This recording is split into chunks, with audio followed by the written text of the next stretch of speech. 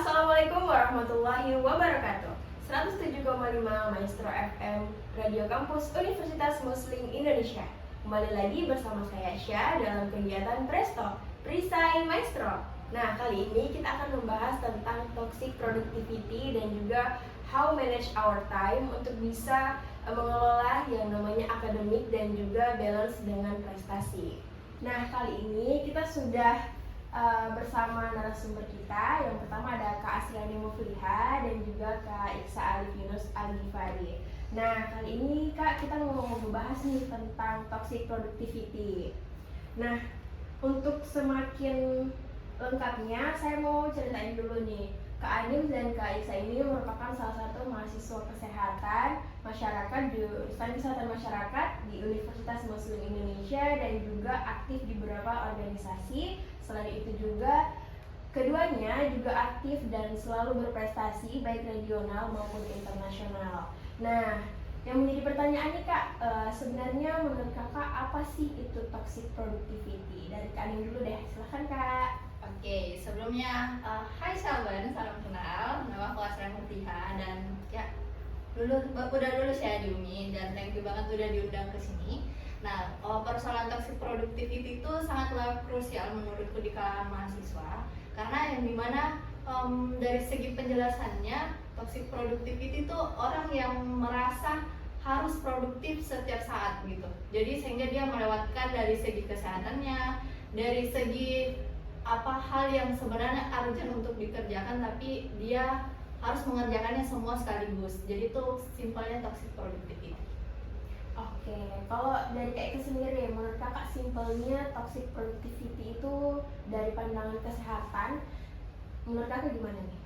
Nah, kalau dari aku sih terkait dengan toxic productivity ya, Syaban, karena berhubung juga saya dari promosi kesehatan yang membahas terkait dengan upaya-upaya terhadap masyarakat untuk memampukan masyarakat untuk mandiri secara mandiri untuk menyehatkan dirinya. Nah, untuk toxic productivity berdasarkan kita melihat dulu dari dari penyebab ataupun hal yang mungkin menjadi penyebab dari toxic productivity itu. Yang paling pertama biasanya memang ada masyarakat ataupun golongan tertentu ataupun remaja atau kita sendiri yang tidak mengetahui batas kemampuan kita, kemudian juga kita tidak mengetahui prioritas apa yang harus dijalankan. Kan ada biasanya orang yang karena dia merasa mampu untuk melaksanakan semuanya, maka dia akan melaksanakan semuanya tanpa dia mengetahui batas kemampuan dari dirinya. Walaupun memang dia mampu untuk misalnya melakukan beberapa hal dalam satu kali kegiatan ataupun dalam satu kali jalan kegiatan, tapi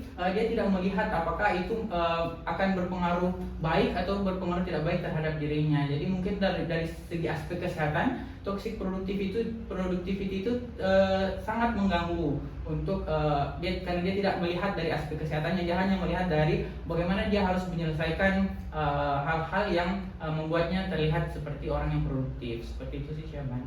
Oh iya, oke. Terima kasih banyak nih Kak. Jadi kalau dalam ranah kesehatan, toxic productivity itu merupakan suatu permasalahan yang kita miliki khususnya mahasiswa. Nah, untuk sejauh ini bagaimana Kakak bisa menanggapi dan bisa memahami sekaligus menerapkan toxic productivity dalam ranah mahasiswa? Dari Kak dulu deh, silahkan Kak. Oh, saya terus ya. Jadi sebenarnya toxic productivity itu guys, orang kadang tidak sadar gitu kalau dia itu lagi toxic productivity, dan itu menurutku rentan banget terjadi sama yang namanya mahasiswa. Baik itu dia ambisius mengejar sesuatu, semisalnya dia mau banyak prestasi kah, atau mau aktif di berbagai organisasi misalnya. Nah, itu biasa mereka itu tidak tahu. Nah, itu otomatis harus ada orang di sekitarnya itu yang tegur dia, bilang, oh ternyata kayaknya kamu ini udah ke ranah terlalu negatif dengan produktivitas kamu gitu. Karena kadang-kala mereka itu tidak sadar. Nah, mungkin kalau dikatakan bagaimana sih toxic productivity itu, dan lagi-lagi sebenarnya definisi dari produktivitas itu kita harus mengerti gitu. Produktif itu bukan bagaimana kamu melakukan segala hal banyak sekali list kamu dalam sehari, bukan.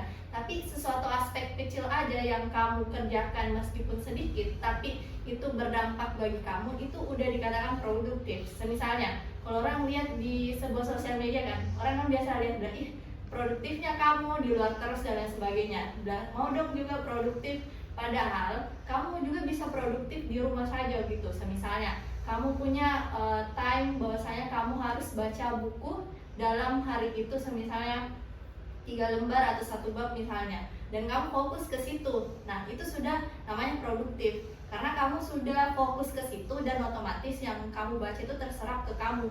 Bukan misalnya kamu di ranah toksik ya, kayak misalnya kamu mepetkan semua, kayak kamu harus membaca sehingga bacaanmu terburu-buru dan lain sebagainya, otomatis ilmunya tidak terserap. Terus kembali lagi ke produktivitas selanjutnya dan lain sebagainya. Dan yang paling parah adalah jika kamu sampai ke multitasking gitu, kamu kerjakan ini dalam waktu bersamaan. Nah, jadi situ kamu harus tahu dulu apakah kamu sudah masuk ke ranah toxic productivity atau tidak. Terus yang kedua, kamu juga harus aware bahwasanya produktif itu bukan kayak kamu harus punya banyak kegiatan dalam sehari atau kamu harus aktif di luar dan lain sebagainya. Di rumah pun kamu itu bisa produktif. Itu sih Syaban. Oke, jadi yang bisa saya tangkap itu menurut Kak Anin, kata produktif itu adalah sesuatu hal yang biarpun sedikit tapi bermakna dan berdampak terutama dalam diri kita. Nah, kalau dari Kak Eksa nih gimana nih Kak? Oke. Pandangannya mengenai productivity khususnya dari kacamata mahasiswa. Oke, thank you Saban atas pertanyaan. Aku sangat sepakat apa yang disampaikan oleh Kak Anim. Nah, kita akan membedah toxic productivity itu dalam sekali lagi dalam bidang ilmu saya, yaitu promosi kesehatan, ilmu dan berilmu perilaku. Nah, toxic productivity itu kan termasuk dalam perilaku seseorang, baik itu bad habit ataupun immunogen habit atau kebiasaan yang sehat. Nah, kita melihat kalau misalnya dari teori perilaku yang dikemukakan oleh Lawrence Krins bahwa perilaku itu ada 3 faktor penyebab perilaku. Yang paling pertama adalah predisposisi, di mana predisposisi itu membahas bagaimana apakah dia tahu esensi dari misalnya apa yang dia kerjakan untuk sebagai dasar untuk melakukan perilaku. Kemudian yang kedua, sikap, apakah dia mau atau tidak mau terhadap hal-hal tersebut. Yang ketiga adalah perilaku itu sendiri ataupun tindakan ataupun kebiasaan. Kemudian ada yang dinamakan dengan faktor penguat. Nah, faktor penguat itu misalnya dari dukungan keluarga, kemudian juga bagaimana keluarga menanggapi hal ini. Kemudian yang ketiga adalah faktor pemungkin. Faktor pemungkin itu misalnya aksesibilitas informasi, apakah ada informasi yang bisa dia baca untuk dia memahami terkait dengan toxic productivity. Jadi kita membahas terkait dengan toxic productivity berdasarkan misalnya teori Lawrence. Nah, toxic productivity kan menurut kita itu adalah hal yang tidak baik atau bad habit karena mampu untuk membuat dirinya terbebani dan lain sebagainya karena mungkin dia tidak memahami esensinya, tapi dia hanya ingin misalnya terobsesi dengan hal-hal yang bisa ia lakukan. Nah, kita melihat dari segi pengetahuannya, apakah dia mengetahui terkait dengan toxic productivity itu adalah hal-hal yang berbahaya atau hal-hal yang mungkin bisa membahayakan kesehatan dirinya. Itu kita melihat. Ketika dia misalnya tidak mengetahui, maka kita melihat bahwa penyebab dari dia melakukan toxic productivity karena dia tidak mengetahui. Namun kita melihat dari aspek kedua, misalnya dia sudah tahu, tapi dia tidak mau untuk berbuat sesuatu yang sesuai dengan pengetahuannya. Maksudnya dia tidak ingin untuk melakukan dia tidak ingin memperbaiki pola hidupnya, misalnya dia tidak ingin seperti yang dikatakan Kak Anim tadi, walaupun sedikit tapi bermanfaat untuk dirinya. Dia ingin memang melaksanakan secara keseluruhan dan tidak mengetahui batasan dirinya. Itu berarti dia sikapnya yang tidak mau, dia mengetahui tapi sikapnya tidak mau.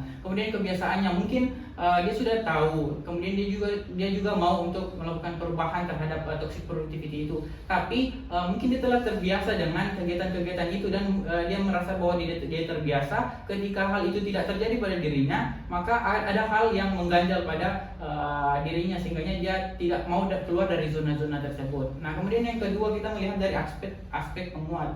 Dari aspek penguat dari dukungan keluarga, apakah keluarganya memahami terkait dengan hal ini? Apakah keluarganya memahami bahwa dirinya itu telah termasuk di dalam klasifikasi orang yang toxic productivity? Apakah keluarganya mampu untuk mengeluarkan dia dalam hal tersebut? Nah, itu kan bisa menjadi faktor juga dia melakukan atau tidak terkait dengan toxic productivity. Selanjutnya berkaitan dengan aksesibilitas informasi misalnya. Nah, ketika misalnya dia melakukan ini tapi tidak ada sosialisasi, tidak ada hal-hal yang menyampaikan kepada dia bahwa kita ini telah menjadi orang yang toxic productivity, pasti dia akan melakukan hal-hal tersebut. Misalnya kan dia tidak tahu, kan tidak ada informasi, maka dia akan terus melaksanakan kegiatan-kegiatan yang bad habit ini, yaitu toxic productivity, tanpa dia mengetahui bahwa dia telah melakukan toxic productivity. Jadi menurut saya itu berdasarkan seperti yang dikatakan Kak Anim tadi, itu berdasarkan esensi. Apakah kita ingin produktif secara efektif atau kita ingin produksi secara obsesif. Secara obsesif maksudnya kita ingin melakukan berdasarkan kebiasaan kita karena kita merasa kita mampu dan tidak mengetahui batasan, maka kita akan melakukan semua hal yang kita bisa dan misalnya kita memperlihatkan kepada seluruhnya bahwa kita ini adalah orang yang produktif, padahal itu berbahaya untuk dirinya. Mungkin itu sih dari saya, Syaban. Terima kasih. Terus tadi Kak Iksa bilang kurang lebih saya simpulkan bahwa toxic productivity itu berdasarkan dari perilaku, habits, dan juga lingkungannya, kurang lebih seperti itu Kak. Terus timbul nih pertanyaan, bagaimana cara manajemen waktunya Kakak? Khususnya dalam ranah organisasi, kemudian akademik juga tentunya, karena itu tujuan kita sebagai mahasiswa, dan juga bagaimana cara kita biar bisa produktif dalam artian berprestasi baik regional maupun internasional. Dari Kak Iksa dulu, silakan Kak. Oke, tadi saya masih sepakat dengan yang Kanin tadi, bahwa Kanin bilang kita melihat pada esensi. Nah, kalau kita ingin terlihat produktif, maka kita melihat pada esensi dari produktif itu. Yang paling pertama yang perlu kita buat atau yang perlu kita pahami, bahwa kita harus mengetahui terlebih dahulu batasan diri. Batasan diri, apakah ini sehat untuk saya atau tidak. Yang kedua, kita pasti harus menganalisis terkait dengan beban produktivitas apa saja sih yang harus saya lakukan, atau beban produktivitas apa yang baik untuk saya. Nah, kemudian ketiga, kita harus menentukan prioritas apa yang harus kita lakukan berdasarkan, misalnya ketika saya seorang mahasiswa kesehatan masyarakat, promosi kesehatan. Nah, saya ingin menjadi seorang ahli kesehatan masyarakat yang mempunyai misalnya ilmu yang berwawasan luas. Nah, tentu saja saya akan menganalisis ketika saya ingin menjadi ahli promosi kesehatan yang berwawasan luas, maka saya pastinya harus membaca. Nah, saya menganalisis beban produktivitas saya yang baik untuk saya seperti apa. Saya menganalisis dulu terkait dengan kegiatan saya per hari. Nah, kemudian saya menambahkan misalnya untuk membaca, efektivitas dari membaca itu misalnya berapa lembar per hari, itu yang menjadi hal-hal yang perlu saya tentukan. Misalnya tentukan terlebih dahulu sebelum melakukan kegiatan tersebut. Nah, yang terakhir, kita menentukan prioritasnya. Misalnya kita sudah menentukan bahwa saya beban produktivitas yang baik bagi saya untuk menjadi seorang ahli promosi kesehatan berwawasan luas, yaitu membaca 3 buku per hari. Nah, kita menentukan prioritas itu bisa dilakukan pada kapan saja. Kita menentukan time box, misalnya time box, supaya tidak menjadi toksik untuk saya ketika misalnya saya pada hari ini sudah banyak kegiatan yang saya lakukan, tapi saya juga harus masuk ke dalam misalnya cita-cita saya ataupun hal-hal yang saya inginkan berkaitan dengan produktivitas itu sendiri. Seperti itu sih dari aku, Syaban. Terima kasih banyak Kak. Itu sekaligus jadi tips and trick juga ya, khususnya dalam ranah kesehatan dan juga mahasiswa, dan bagaimana cara kita untuk bisa memanage waktu kita. Nah, kalau dari ranah Kak Anim nih sebagai alumni dan sudah fokusnya udah beda nih Kak, bukan lagi bidang akademik. Bagaimana tuh Kak caranya agar kita bisa tetap produktif dalam lingkungan masyarakat khususnya, tapi kita tidak mengesampingkan kesehatan kita juga? Gimana tuh Kak? Silahkan. Oke, disclaimer sedikit ya guys. Sebenarnya itu saya dulu toxic productivity. Kalau dari Iksa, apakah dulu toxic productivity? Mungkin sampai Iya.